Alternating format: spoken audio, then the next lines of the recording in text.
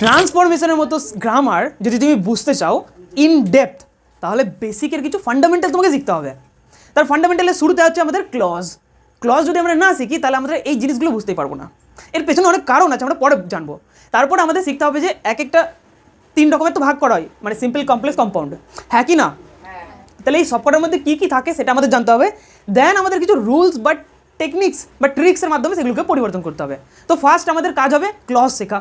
আর clause খুব সহজ, easily পারবো তো করতে, হ্যাঁ কি না? শিখলে তো তোমরা, তাহলে এরকম করে করবো।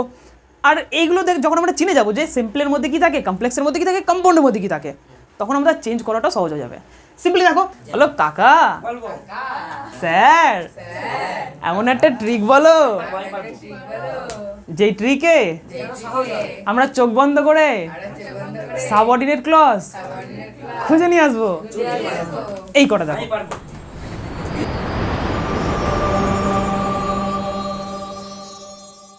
ক্লজের মধ্যে কিছু ইন্টারেস্টিং জিনিস আছে। পিসি আর আমরা, হ্যাঁ পিসি আর আমরা। পিসি মানে হচ্ছে আমাদের মমতা। সো ক্লজ আমরা শিখবো পিসি আর এসসি দিয়ে। এসসি কারা? Schedule caste. শিডিউল কাস্ট মানে আমরা।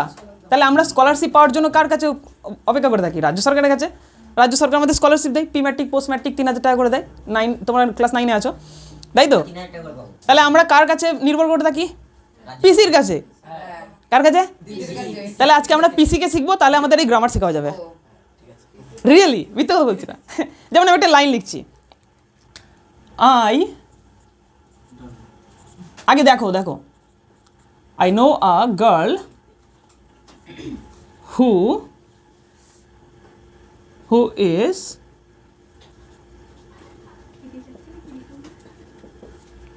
কি লিখেছি বলো? I know a girl who is beautiful. আমি একটা মেয়েকে চিনি, সে খুব সুন্দরী, সে খুব সুন্দরী। এবার আমি যদি বলি এইটা আই নো, এটা কি একটা গোটা সেন্টেন্স হতে পারে? আই নো হতে পারে তো, আমি জানি। Habit rule, present indefinite tense, এর সাথে এইটুকু জুড়ে দাও, আই নো আ গার্ল, আমি একটা মেয়েকে চিনি, পুরো পারফেক্ট একটা সেন্টেন্স হয়।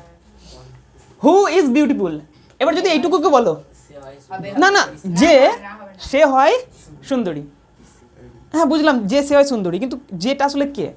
আমাদের কথার মধ্যে এটা একটা আছে, মানে যেটা আসলে কে, যেটা বলারই বাকি দরকার। তারপরে দেখো,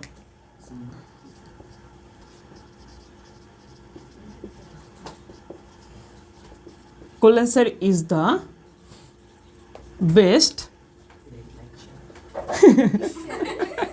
teacher in Varela. Collenser is the best teacher in Varela who teaches spoken. এবার ঠিক আছে? এবার ঠিক আছে, মানান সই আছে। এবার বলো, আমরা মিথ্যে মিথ্যে যদি কাউকে কমপ্লিমেন্ট করে দিই, তার তো শুনতে ভালো লাগবে। তার মানে আমাকে মিথ্যে মিথ্যে বলতে পারো তোমরা, কিন্তু ভালো কিছু বলবে যে you are the best teacher in the world, you are the best teacher in the like entire universe. বদ্ধ। তাহলে Kalyan sir is the best teacher in ব্যারেলা। দেখো, এটা একটা টোটাল সেন্টেন্স হয়, এর মানেও বোঝা যায়। কিন্তু আমি যদি বলি যে হু টিচেস স্পোকেন ইংলিশ, যে স্পোকেন ইংলিশ পড়ায়, এবার লিজা তো বলছে যে স্পোকেন ইংলিশ পড়ায়, হ্যাঁ বুঝলাম যে স্পোকেন ইংলিশ পড়ায়, কিন্তু আসলে কি, মানে কে পড়ায়? আমারও বলো, তাহলে আমিও যাবো। মানে মোট কথা এনে মানে তো আছে, বোঝা যাচ্ছে যে স্পোকেন ইংলিশ পড়ায়, কিন্তু বোঝা যাচ্ছে না যে কে পড়ায়। যখনই আমরা এই লাইনটা বলছি, আচ্ছা কল্যাণ স্যার পড়ায়, তাই না? এখানে আমরা কি রেখেছিলাম? আই নো গার্ল, আমি একটা মেয়েকে চিনি, হু ইজ বিউটিফুল, যে খুব সুন্দরী। শুধু যে খুব সুন্দরী বললে বুঝতে পারছিলাম না, মানে আমি যে মেয়েটাকে চিনি সেই সুন্দরী। আমি যদি এটা বলি, she did not come to as she was, বলো কি লিখেছি তাদের বলো? She didn't come to school as she was ill, সে স্কুলে আসতে পারেনি যেহেতু সে অসুস্থ ছিল। ইল মানে অসুস্থ থাকা। এবার আমাকে বলো, এর মধ্যে টোটাল সেন্টেন্স যেটার মানে পুরোপুরি আছে, মানে এর মধ্যে কোনটুকু জায়গার পুরোপুরি মানে আছে, একা একা বুঝতে পারে। She didn't come to school, সে স্কুলে আসতে পারেনি। যেহেতু সে অসুস্থ ছিল, এবার আমি শুধুমাত্র এটা বলছি, ঐশী যেহেতু সে অসুস্থ ছিল, এবার কি বুঝলে এর মানে? মানে একটা প্রশ্ন হচ্ছে কে অসুস্থ ছিল, কি কারণে অসুস্থ ছিল, মানে অ্যাজ মানে বিকজের মতো, অ্যাজ আর বিকজ একই ধরনের। কিন্তু এটা আমরা একসাথে যদি বলি she didn't come to school, সে স্কুলে আসেনি, এটা একটা প্রপার সেন্টেন্স, কারণ এটা কি হচ্ছে পাস্ট ইনডেফিনাইট টেন্সের নেগেটিভ ফর্ম। মানে আমরা অ্যাকশনের সেকেন্ড ফর্ম বানাই যে কাজও শেষ টাইমও শেষ, ডিড নট দিয়ে আমরা নেগেটিভ বানাই, তো এটাই দিয়েছে সিম্পল। তার মানে এইটুকু তো বুঝলে? তাহলে এইটুকু কি একা একা বসতে পারে? এইটুকু একা একা বসতে পারে না। এখানের মধ্যে এইটুকু একা একা বসতে পারে, এইটুকু বসতে পারে না। এখানের মধ্যে এইটুকু একা বসতে পারে, এইটুকু বসতে পারে না। তার মানে আমরা এসছি যারা, তারা কার উপর নির্ভর করে আছি? তার মানে এটা পিসি, আর এটা কি এসসি। তাহলে এর মধ্যে কে পিসি, এটা কি এটার মধ্যে কে, এটা কি? ব্যাস ক্লাস 8-এ এই গ্রামারটা থাকে, এই গ্রামারটা করলে এমনি 1 নম্বর করে পাওয়া যায় ক্লাস 8-এ এইটা। এইবার তোমাদের এটা কেন করাচ্ছি এবার বুঝতে পারবে। যেমন এই ঘরটা বানাতে গেলে নানান রকমের জিনিস লাগে, তো কি লাগে? ইট বালি পাথর সিমেন্ট নানা রকম জিনিস লাগে। এবার দেয়াল করার জন্য পাথর লাগে না, কিন্তু তুমি ছাদ বানাতে গেলে পাথর লাগবে তোমার। তার মানে আমাকে শোনো, আলাদা আলাদা সেন্টেন্স বানাতে গেলে আলাদা আলাদা জিনিস লাগবে না? লাগবে তো। আর সেইগুলো এইগুলোই, সেটা এইগুলোই। এবার দেখো ক্লজ কয় ভাগে ভাগ করা, আমি সিম্পলি বলে দিচ্ছি ক্লজ হচ্ছে কয় ভাগে ভাগ করা বলো? আমি এটা মুছে দেবো? তাহলে একটু টুকে নাও, একটু টুকে নাও, ভিডিও হতে থাক। এখানে লিখলে অনেক নিচে যাবে, কতটা আছে দেখা যাচ্ছে, এতটা দেখা যায়।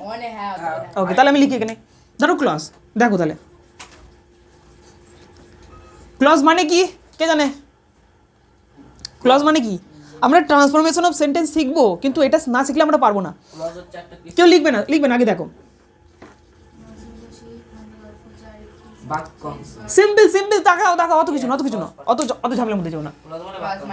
এইটা একটা ক্লজ, এইটাও একটা ক্লজ, মানে একটা গোটা বাক্যের মধ্যে কিছু অংশকে বলে ক্লজ। তার মানে একটা বাক্যের মধ্যে দুটোও থাকতে পারে, তিনটেও থাকতে পারে, আমি আরও বাড়াতে পারি, কিন্তু বেশিরভাগ থাকে না, দুটো কি তিনটেই থাকে, দুটো কি তিনটেই থাকে, ব্যাস এইটাই সিম্পল জিনিস।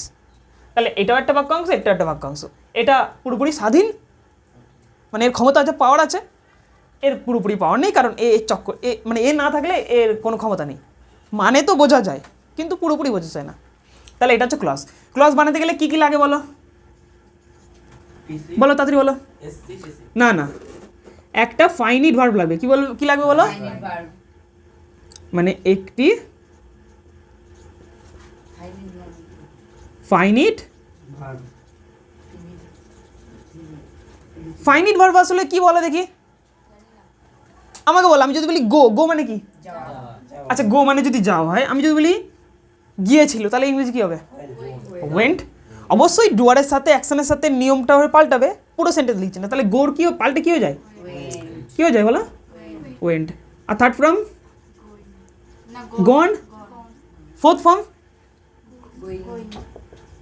ফিফথ গোস। এরকম আলাদা আলাদা পাল্টায়। এবার এটা আমরা ধরি না, বাট আমরা লিখলাম। হ্যাঁ, আর তুমি চাইলে আরও অনেক কিছু করতে পারো, ওটা বাদ দাও। তাহলে দেখো টেন্স যখন পাল্টে যায়, এগুলোও পাল্টে যায়। এবার যদি থার্ড ডোয়ারের সাথে বসায়, তাহলে এটা কি? যদি থার্ড ডোয়ার কাজ করছে, মানে কাজ করাকে আইনজি বলি তো, গোয়িং বলি তো। যদি ফার্স্ট ডোয়ার কোনো কাজ করছে, মানে আমি পড়াচ্ছি, তাহলে আই অ্যাম টিচিং। এবার আমি যদি বলি আমি যাচ্ছি, তাহলে আই অ্যাম গোয়িং। কিন্তু যদি ওইসি যায়, তাহলে বলবো ওইসি অ্যাম বলবো না ইজ বলবো? ওইসি ইজ বলবো। যদি বলি উই, আমরা যাচ্ছি, আমরা হেঁটে হেঁটে যাচ্ছি এখন, তাহলে উই আর গোয়িং। আগে বোঝাতে পারছি। তার মানে অ্যাম, ইজ, আর এগুলো পাল্টাই টেন্স অনুযায়ী। তাহলে এইগুলো সব কি ফাইনিট ভার্ব। তাহলে নন ফাইনিট ভার্ব কাকে বলে? যেগুলো পাল্টায় না। সিম্পলি আমি বলছি যে ক্রাইং বেবি, কি বলছি? মানে বাচ্চাটা কান্নারত, বাচ্চাটা। এবার এই কান্নারত, ক্রাইং শব্দটা অ্যাকশনের মতো দেখতে, কিন্তু ওটা আসলে কোনো ফাইনিট ভার্ব না। কি ভার্ব না? ফাইনিট ভার্ব না। যেমন আমি যদি বলি টু স্পিক, গান করা, ইনফিনিটিভ বানিয়ে দিয়েছে। যেমন আমি গান করতে ভালোবাসি, আই লাভ টু স্পিক। কিন্তু যদি আমি বলি ঐশী গান করতে ভালোবাসে, ঐশী লাভস টু স্পিক। দেখো টু স্পিক ওর বেলাও যা আছে, আমার বেলাও তা আছে। এবার আমি আমাদের কথা বলছি, আমরা গান করতে ভালোবাসি, উই লাভ টু,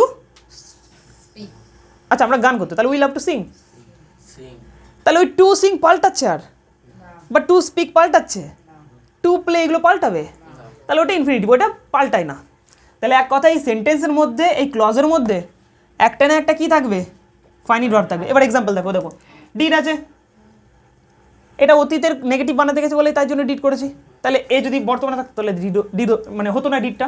এ দেখো ওয়াজ, অতীতের জন্য ওয়াজ এসছে, পাস্টের জন্য দেব, কিন্তু আসলে কি হতো যদি এমনি বর্তমানে করতাম, তাহলে অন্য কিছু হতো।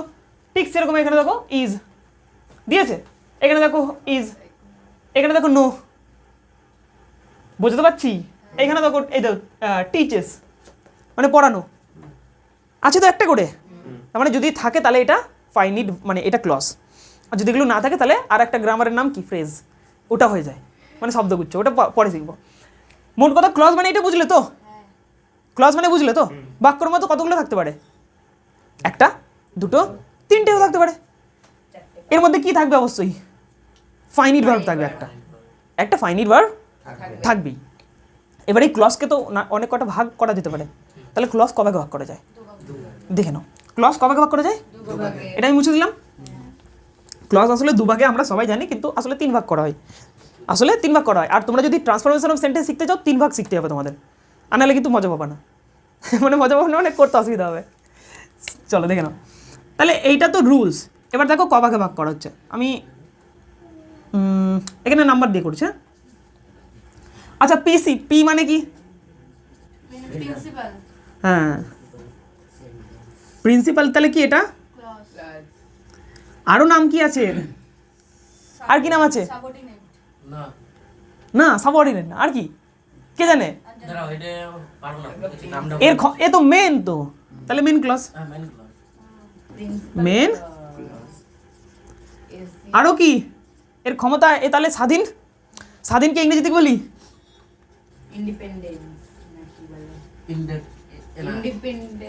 ইন্ডিপেন্ডেন্ট,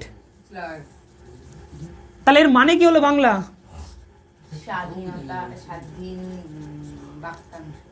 স্বাধীন বাক্যাংশ। আই হোপ বোঝা যাচ্ছে। দ্বিতীয় নম্বর কি তাহলে, যদি এখানে স্বাধীন হয় তাহলে এটা কি হবে, পরাধীন। পরাধীন মানে কি, ওকে কেউ আটকে রেখে দিয়েছে, না আটকায়নি, আসলে যখন এই লাইনের মধ্যে বসাই তখন একটা আলাদা এর সাপোর্টে কিছু একটা দিই, ওটা পরাধীন হয়, হ্যাঁ কি না ইন্দ্রজিৎ? তাহলে পরের দিকে দেখো, তাহলে এটা কি লিখবো, দেখো বানানটা এর মধ্যে সাব অর ডি, এরকম করে মনে রাখবা। অথবা এর আরেকটা কি নাম, ইন্ডিপেন্ডেন্ট, তাহলে এই ইনটা হাটিয়ে ডিপেন্ডেন্ট করে দেবা, হ্যাঁ ডিপেন্ডেন্ট, ছোটবেলা করতে, তাহলে স্বাধীন হয়ে গেল। এটা তাহলে কি হবে, পড়া, তাহলে পরাধীন কি বাক্যাংশ। এবার আর একটা আছে, সেটার নাম কি, এটা কি ঘুরছে উপরে, ফ্যান। আর আমি ইন্দ্রজিৎ, তারপরে অনিন্দ আর যারা যারা আছে ছেলেরা, তাদের কি বলে ইংরেজিতে, তাহলে বয় বলবো না বয়েজ বলবো, তাই তো, তাহলে ফ্যান বয়েজ, এটা আবার কি। তো দেখে নাও 3 নম্বরটা হচ্ছে, আমি এদিকে না লিখে এদিকে লিখছি, আসলে ফ্যান বয়েজ না, কিন্তু নাম আছে ওর, কো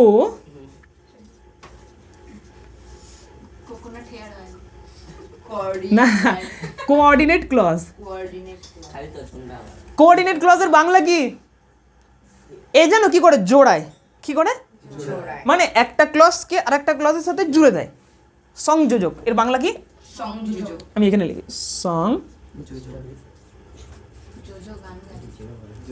সংযোজক। আচ্ছা ফ্যান বয়েজ একটা নামটা শুনে তাহলে একটা হাততালি দিয়ে দাও, thank you thank you. Fan boy, আচ্ছা এফ মানে কি জানো,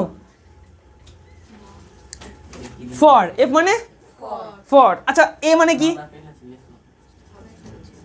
এন্ড। আচ্ছা এন মানে কি, সিম্পল তো, এমন কিছু শব্দ যেটা জুড়ে দেয়, তাহলে ফর অ্যান্ড নর, নেগেটিভ অর্থে বোঝানো, হ্যাঁ। তারপরে বি দিয়ে বাট, তারপরে আর কোথায় আছে বেশ ও ও দিয়ে কি হয় ও দিয়ে অথবা তাহলে অর আর কি আছে বলো ওয়াই দিয়ে কি হবে ইয়েট ইয়েট আচ্ছা আর কি আছে এস এস দিয়ে কি হয় সো তাহলে এইগুলো হয়ে গেল ফ্যান বয়েজ তাহলে বলো পুরো ক্লজটাকে আমরা কভার কভার করলাম 1 2 3 ভাগে কি কি principal clause subordinate clause coordinate clause একে আবার কতগুলো নাম আছে আলাদা আলাদা একটা করে মেইন ক্লজ ইন্ডিপেন্ডেন্ট ক্লজ একই জিনিস সেজন্য দেখো সাবঅর্ডিনেট ক্লজ আমরা কি বলতে পারি ডিপেন্ডেন্ট ক্লজ এর মানে পরাধীন নিচে কি আছে কোঅর্ডিনেট আর এগুলোকে চেনার উপায় ফ্যান বয়েজ মানে যেখানে এই শব্দগুলি পেয়ে যাব বুঝে যাবো যে কোঅর্ডিনেট ক্লজ রয়েছে কি বুঝে যাবো এবার আমি চাইবো যে একবার গো থ্রু করো মানে একবার ফটাফট করে একবার পড়ে নাও যারা ভিডিও দেখছো তারাও একবার পড়ো ভিডিও পজ করে জানি না ভিডিও আপলোড করবে কিনা বাকি পড়ো ফার্স্ট টাইম পড়াতে পড়াতে ভিডিও করছি যাই ভালো লাগছে দাঁড়া হয়ে গেছে এবার একটু লিখে নিবা নাকি লিখে আছে এবার তাহলে আমরা একটু প্র্যাকটিস করি দাও তো এখান থেকে কোন একটা বই দাও তো আচ্ছা ক্লাস 8 বইটা দাও তো 8 বইতে কটা প্র্যাকটিস করি আমরা একটু কি শিখবো বলো ক্লজটাকে আলাদা করা শিখবো ক্লজটা যখন আলাদা করা শিখে যাব তখন আমরা ট্রান্সফরমেশন অফ সেন্টেন্স ভালো করে করতে পারবো এবার বলো এমন একটা ট্রিক বলো যাতে করে সাবঅর্ডিনেট ক্লজ আমরা চুটকি মেরে বের করতে পারবো সবাই বলো বলো কাকা স্যার এমন একটা ট্রিক বলো যেই ট্রিকে আমরা চোখ বন্ধ করে সাবঅর্ডিনেট ক্লজ খুঁজে নিয়ে আসবো এই কটা দেখো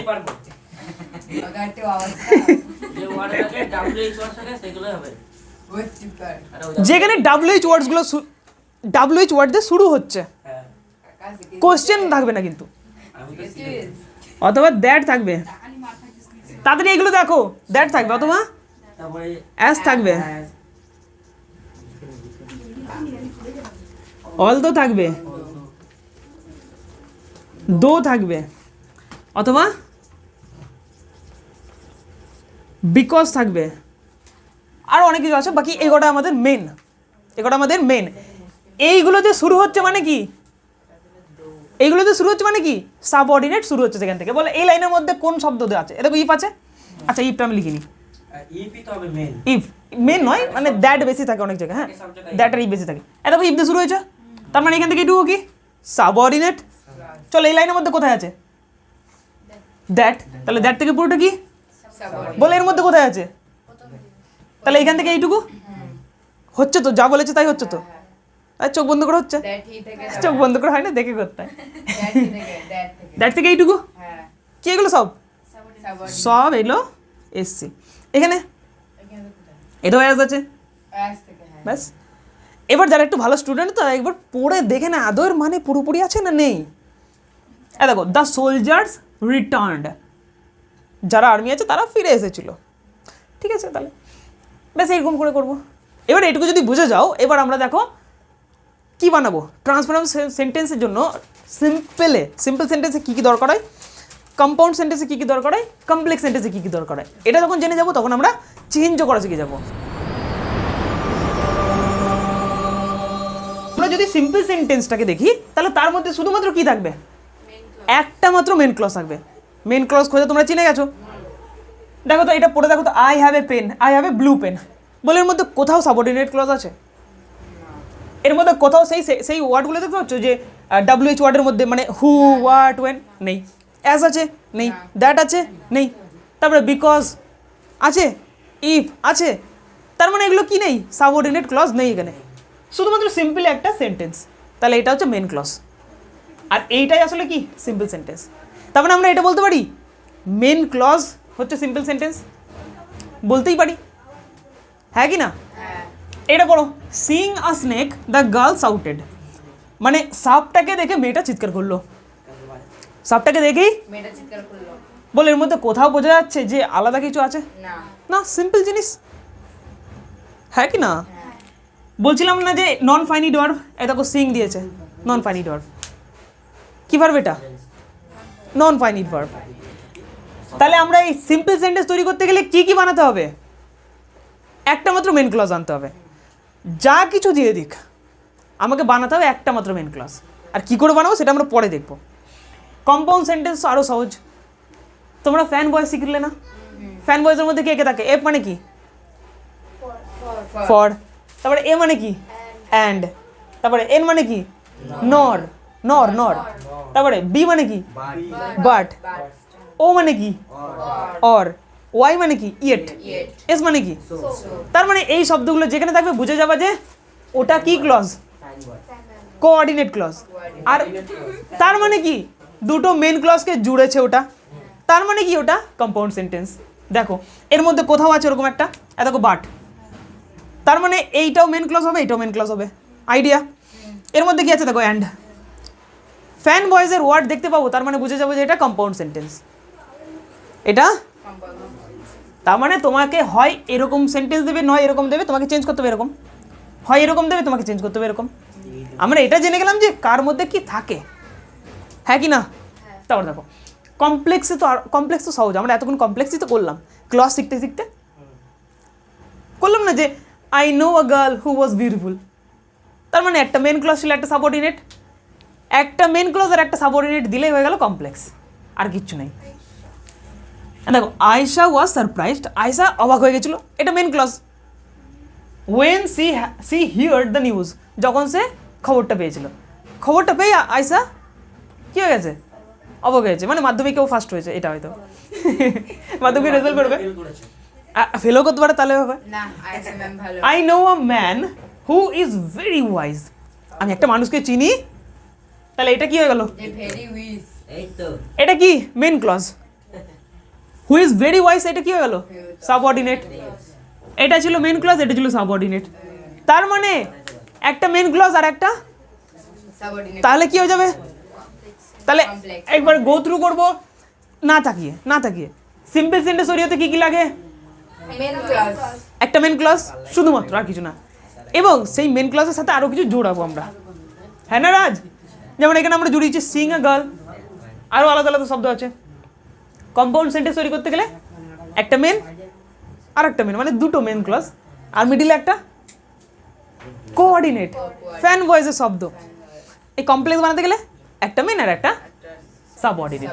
ব্যাস এইটুকু যদি তুমি একটু বুদ্ধি খাটায় করে দিতে পারো তাহলে হয়ে যাবে। এবং এটা করতে বহুত কিছু লাগে না, প্রচুর কিছু লাগে না।